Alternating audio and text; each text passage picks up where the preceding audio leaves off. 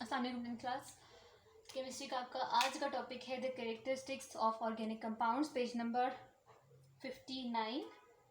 बहुत इजी सा टॉपिक है ये। असल में ये टॉपिक एक कंपैरिजन है between the organic compounds and the other compounds which are non organic, which are inorganic. ठीक है, तो हम यहाँ पे इस साइड पे हम लिखते हैं ऑर्गेनिक कंपाउंड्स की कैरेक्टरिस्टिक्स और यहाँ पे अदर्स यानी इनऑर्गेनिक कंपाउंड की कैरेक्टरिस्टिक्स हम असल में इनको कंपेयर करेंगे।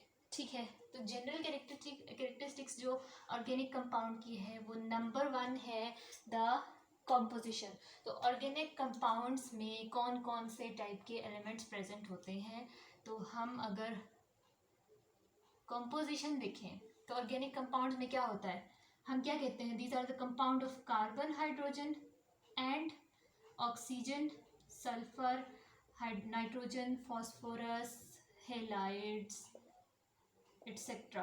ठीक है, ऐसा ही कहते हैं ना हम। तो ऑर्गेनिक कंपाउंड्स जितने भी हैं उनमें बस यही गिने चुने चंद एक एलिमेंट्स होते हैं, इन्हीं से डिफरेंट कंपाउंड्स बनते हैं। ठीक है, तो सारे ऑर्गेनिक कंपाउंड्स की जो जनरल कंपोजिशन है that is majorly the carbon, hydrogen and उसके साथ क्या होता है ऑक्सीजन, सल्फर, नाइट्रोजन, फॉस्फोरस और हेलाइड्स।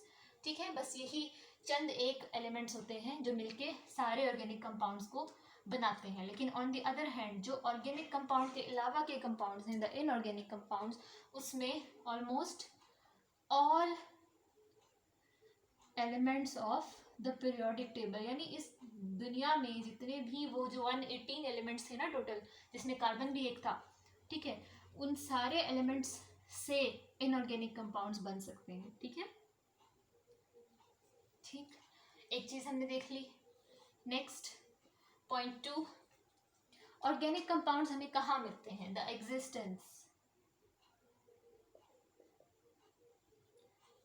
ठीक है, अक्रंस कह सकते हो आप इसकी, अक्रंस। ऑर्गेनिक कंपाउंड्स हमें मेजरली जो ऑर्गेनिक कंपाउंड्स मिलते हैं वो हमें नेचुरली अकरिंग क्या कह सकते हैं हम इसको, लिविंग ऑर्गेनिजम्स में से। ठीक है, major source of organic compound is the living organisms, plants. ठीक है, plant extract and animal products. ठीक है, the major source for natural organic compounds are plants and animals. किस फॉर्म में, प्लांट्स में से हम डिफरेंट ऑयल्स एक्सट्रैक्ट करते हैं, जैसे पीनट ऑयल हो गया, ठीक है, जैसे मस्टर्ड ऑयल हो गया, जैसे ऑलिव ऑयल हो गया। ठीक, वो सब क्या है, ऑर्गेनिक इन नेचर होते हैं। ठीक है, इसी तरह एनिमल्स में से एनिमल का मिल्क होता है, एनिमल का मीट होता है, ठीक, और एनिमल के एग्स होते हैं। ठीक है, ये सब क्या है, they are organic in nature, इसमें बहुत सारे ऑर्गेनिक कंपाउंड्स मिलते हैं हमें। ठीक, और ऑन द अदर हैंड दूसरे यानी और इनऑर्गेनिक कंपाउंड्स हमें कहाँ से मिलते हैं, ये हमें मिनरल्स की फॉर्म में अर्थ क्रस्ट में से मिलते हैं। ठीक है, ठीक, नॉन लिविंग थिंग्स में से मिलते हैं हमें ये। ठीक है, मेजरली एग्जिस्टेंस देख ली हमने। थर्ड पॉइंट है the linkage, type of linkage. Bonding कर लो अभी अपनी आसानी के लिए। अगर हम टाइप ऑफ बॉन्डिंग देखें तो ऑर्गेनिक कंपाउंड में हमने क्या स्पेसिफाई किया था, organic compound are strictly the covalent compounds. ठीक है, इसमें जस्ट कोवेलेंट बॉन्ड होता है, पोलर हो सकता है, नॉन पोलर हो सकता है। ठीक है, कोवेलेंट बॉन्ड दो तरह का हो सकता है। ठीक है, polar and non polar covalent bond. लेकिन जो इनऑर्गेनिक कंपाउंड्स हैं, ठीक है, जो अदर कंपाउंड्स हैं, दे आर मोस्टली आयनिक। ठीक है, मोस्टली आयनिक इन नेचर, वो आयनिक बॉन्ड्स बनाते हैं ज़्यादातर। ठीक है, कॉमनली उनमें आयनिक बॉन्ड देखा जाता है। तो इसके अलावा एक और हम देखते हैं जनरल कैरेक्टरिस्टिक, सॉल्युबिलिटी। ठीक है, इसी बॉन्डिंग से हम इसको करेंगे, रिलेट करेंगे। सॉल्युबिलिटी क्या है, the ability to dissolve in any solvent. ठीक है, कि अगर ऑर्गेनिक कंपाउंड है तो उसका हमें सॉल्यूशन बनाना है, तो हम उसको किस तरह के सॉल्वेंट के अंदर डिजॉल्व करेंगे। ठीक है, तो ऑर्गेनिक कंपाउंड की खुद की क्या नेचर है, कोवेलेंट नेचर। यानी कोवेलेंट नेचर का मतलब है कि इसके अंदर आयंस नहीं होंगे, इसके अंदर चार्जेस नहीं होंगे। ठीक है, as it is non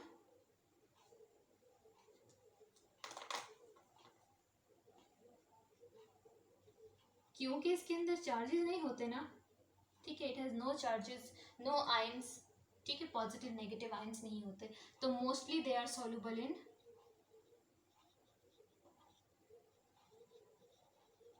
non polar solvents. ठीक है, ये ऑर्गेनिक सॉल्वेंट्स में ही डिजोल्व हो सकते हैं, ठीक है, इनऑर्गेनिक कंपाउंड्स में डिजोल्व नहीं हुआ करते ये, ठीक, जैसे कि mostly organic compounds are insoluble in water, water एक इनऑर्गेनिक कंपाउंड है ना, तो ऑर्गेनिक कंपाउंड्स वाटर में यूजुअली सॉल्युबल नहीं हुआ करते, ठीक है। अब सॉल्युबिलिटी में आप कैसे याद रखोगे कि लाइक डिजोल्व लाइक, जो जैसा है वो अपने जैसे में डिजोल्व होगा, ठीक है। तो ऑर्गेनिक कंपाउंड क्योंकि कोवलेंट नेचर के हैं, नॉन पोलर नेचर के हैं, नॉन आयनिक नेचर के हैं, इनमें आयन्स नहीं होते, चार्ज नहीं होता, ठीक है। तो ये किस तरह के सॉल्वेंट में डिजोल्व होंगे, जो कि खुद भी नॉन पोलर हो, जिसमें खुद भी चार्जेस नहीं हो, ठीक है।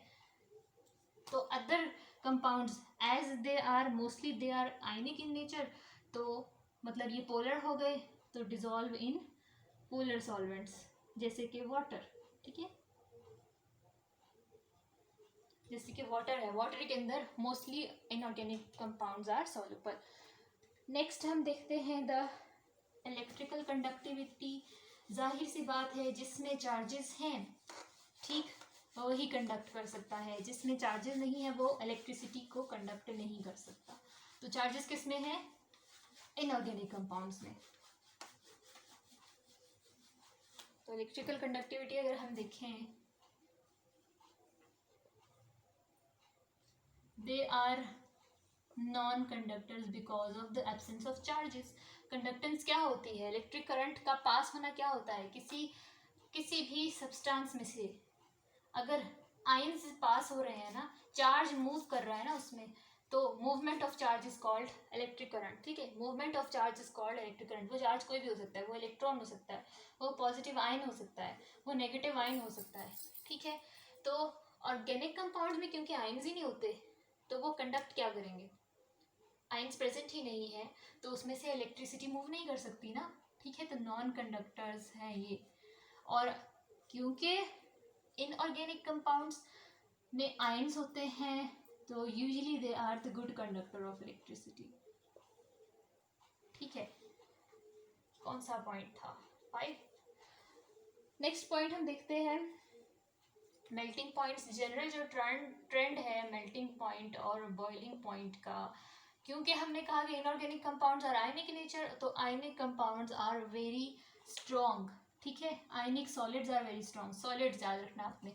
तो जैसे एक सॉल्ट होगा, जैसे आयनिक कंपाउंड्स को आप ऐसे याद रखो, जो भी आयनिक कंपाउंड्स होंगे वो क्रिस्टल की फॉर्म में होंगे, ठीक है। और क्रिस्टल की एक एग्जांपल है डायमंड, ठीक, तो उसको मेल्ट करना कितना मुश्किल है, उसको तो ब्रेक करना भी बहुत मुश्किल है, ठीक है। तो आप ऐसे याद रखोगे, क्योंकि inorganic compounds mostly ionic in nature हैं, तो आयनिक सॉलिड्स क्रिस्टल की फॉर्म में होते हैं, और क्रिस्टल्स को मेल्ट करना, बॉईल करना ज़रा डिफ़िकल्ट होता है, तो they have very high melting point and boiling point. जबकि ऑर्गेनिक कंपाउंड में क्या होता है, organic compounds covalent in nature है, आयनिक नहीं है, ठीक है। तो इनमें क्रिस्टल्स, यूजुअली इसमें क्रिस्टल नहीं होता, ठीक है, क्रिस्टल फॉर्मेशन यूजुअली नहीं हुआ करती, सही। तो they have relatively lower melting points and boiling points, ठीक है। ये हो गया 6 पॉइंट्स। 7th पॉइंट है द स्टेबिलिटी। अब स्टेबिलिटी भी मेल्टिंग पॉइंट से ही हम कंपेयर करेंगे, जो ज़्यादा स्टेबल है उसका मेल्टिंग बॉइलिंग पॉइंट हाई होता है। तो मेल्टिंग बॉइलिंग पॉइंट किसका हाई कहा है हमने, अदर्स का। तो as compare to organic compounds, जो आयनिक कंपाउंड्स हैं दे आर मोर स्टेबल, ठीक है। और ऑर्गेनिक कंपाउंड्स में आयनिक बॉन्ड बहुत स्ट्रॉन्ग होता है, बस आपने ये याद रखना है, ठीक है। फिर ये सारे लिंक आप उसके साथ बना सकते हो। Relatively less stable as compare to ionic compound, ये भी आपने याद रखना है। अगर कोवेलेंट का कंपेयर करोगे तो organic covalent compounds are more stable, ठीक है। लेकिन अगर आप आयनिक कोवेलेंट कंपेयर करो तो आयनिक कंपाउंड्स, आयनिक बॉन्ड बहुत स्टेबल होता है, तो इसलिए ionic compounds are generally more stable, ठीक है। 7 पॉइंट्स हो गए स्टेबिलिटी। नेक्स्ट पॉइंट है द कंबस्टिबिलिटी। ऑर्गेनिक कंपाउंड की एक प्रॉपर्टी है that they are combustible. Combustible मतलब when they are allowed to burn in free oxygen, यानी जैसे हमारा फ्लेम बर्न करता है, आप क्या करते हो, जस्ट एक तीली लगाते हो और क्या होता है, फ्लेम कॉन्टिन्यूसली बर्न करता रहता है, करता रहता है, करता रहता है, ठीक है। तो ऑर्गेनिक कंपाउंड्स क्या है, दे आर कंबस्टिबल, यानी दे आर फ्लेमेबल, ठीक है। ये कॉन्टिन्यूसली, अगर free amount of oxygen available है, फ्री एयर अवेलेबल है, तो ये कॉन्टिन्यूसली बर्न करते रहेंगे, ठीक। लेकिन inorganic compounds are usually non combustible यानी इनफ्लेमेबल, ठीक है, सही। अब इसकी एग्जांपल कैसे आप देख सकते हो, वो जो हमारे चूल्हे में गैस आती है, ठीक है, किचन में जो हमारी गैस आती है, नेचुरल गैस, CNG जिसको हम कहते हैं, ठीक है, तो वो क्या है, वो ऑर्गेनिक गैस है, वो एक, ठीक है, मीथेन है वो असल में, CH4, ठीक। तो उधर हम क्या करते हैं, हम उसको जस्ट एक स्पार्क देते हैं, ठीक है, तिनके से एक स्पार्क देते हैं, तो वो कॉन्टिन्यूसली फ्री एयर में बर्न होती रहती है, ठीक है, जब तक हम उसको खुद नहीं बुझाते, ठीक। तो वो भी एक ऑर्गेनिक कंपाउंड है और ये उसकी फ्लेमेबिलिटी है, ठीक है। इसके अलावा आइसोमेरिज्म, जनरली आइसोमेरिज्म बहुत कॉमन है ऑर्गेनिक कंपाउंड्स में, लेकिन इनऑर्गेनिक कंपाउंड्स में बहुत कम आइसोमर्स देखने को मिलते हैं, ठीक है। तो आप कह सकते हो वेरी रेयर, ठीक। कितने पॉइंट हो गए, 9 पॉइंट्स। लास्ट पॉइंट है 10th point, the rate of reaction. Organic, अब आप याद रखो, हमने कहा था कि ऑर्गेनिक कंपाउंड्स बहुत सारी वजूहात की वजह से ज़रा स्टेबल हैं, ठीक है, तो इनके बॉन्ड से ज़्यादा स्ट्रॉन्ग है, ठीक है। तो जो ऑर्गेनिक कंपाउंड्स होते हैं, जो स्टेबल बॉन्ड होगा, केमिकल रिएक्शन क्या है, जो ए और बी किसी भी दो रिएक्टेंट्स के, किसी भी दो एटम्स के दरमियान बॉन्ड बना हुआ है, केमिकल रिएक्शन में बॉन्ड को ब्रेक करना होता है, ठीक है।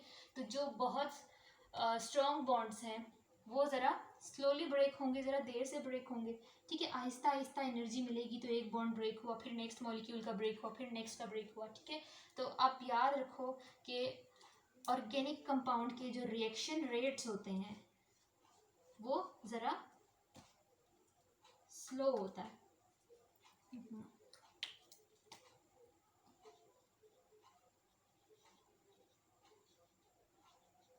स्लो रेट ऑफ रिएक्शन होता है, जबकि मोस्ट जो इनऑर्गेनिक कंपाउंड्स हैं, क्योंकि उनमें आयंस की फॉर्म में वो प्रेजेंट है, ऐसे आप इसको याद रखो कि फॉर एग्जांपल जैसे NaCl है, आप इसका रिएक्शन करा रहे हो, आप इसका सॉल्यूशन बनाओगे, ठीक है, सॉल्यूशन बनाने में ही ये पॉजिटिव नेगेटिव आयंस में स्प्लिट हो जाएगा खुद ही, ठीक है, वो बॉन्ड तो ब्रेक करने की ज़रूरत ही नहीं है, ठीक। तो अगर ये आयनिक सब्सटेंस है तो it will be available in ionic form, ये पहले से आयनिक फॉर्म में मिल जाएगा हमें, जब हम सेकंड रिएक्टेंट इसमें डालेंगे तो ये पहले से रेडी है उससे रिएक्ट करने के लिए, ठीक है। तो यहाँ पे हमें ये वाला बॉन्ड ब्रेक करने में मेहनत नहीं लगी, टाइम नहीं लगा, ठीक। तो जो इनऑर्गेनिक कंपाउंड के रिएक्शंस हैं यूजुअली दे आर फास्ट, ठीक है, ठीक। और जो कोवलेंट कंपाउंड्स है, क्योंकि इसमें आयंस नहीं बनते, तो इसलिए एक एक बॉन्ड को ब्रेक करना पड़ेगा, फिर जाके वो एक एटम अवेलेबल होगा फॉर रिएक्शन, फिर उसका रिएक्शन होगा, फिर ये प्रोसेस बहुत स्लो है, ठीक है। तो स्लो रेट ऑफ रिएक्शन होता है यूजुअली ऑर्गेनिक कंपाउंड का, ठीक, सही। बस आज के लिए आप इतना ही करो।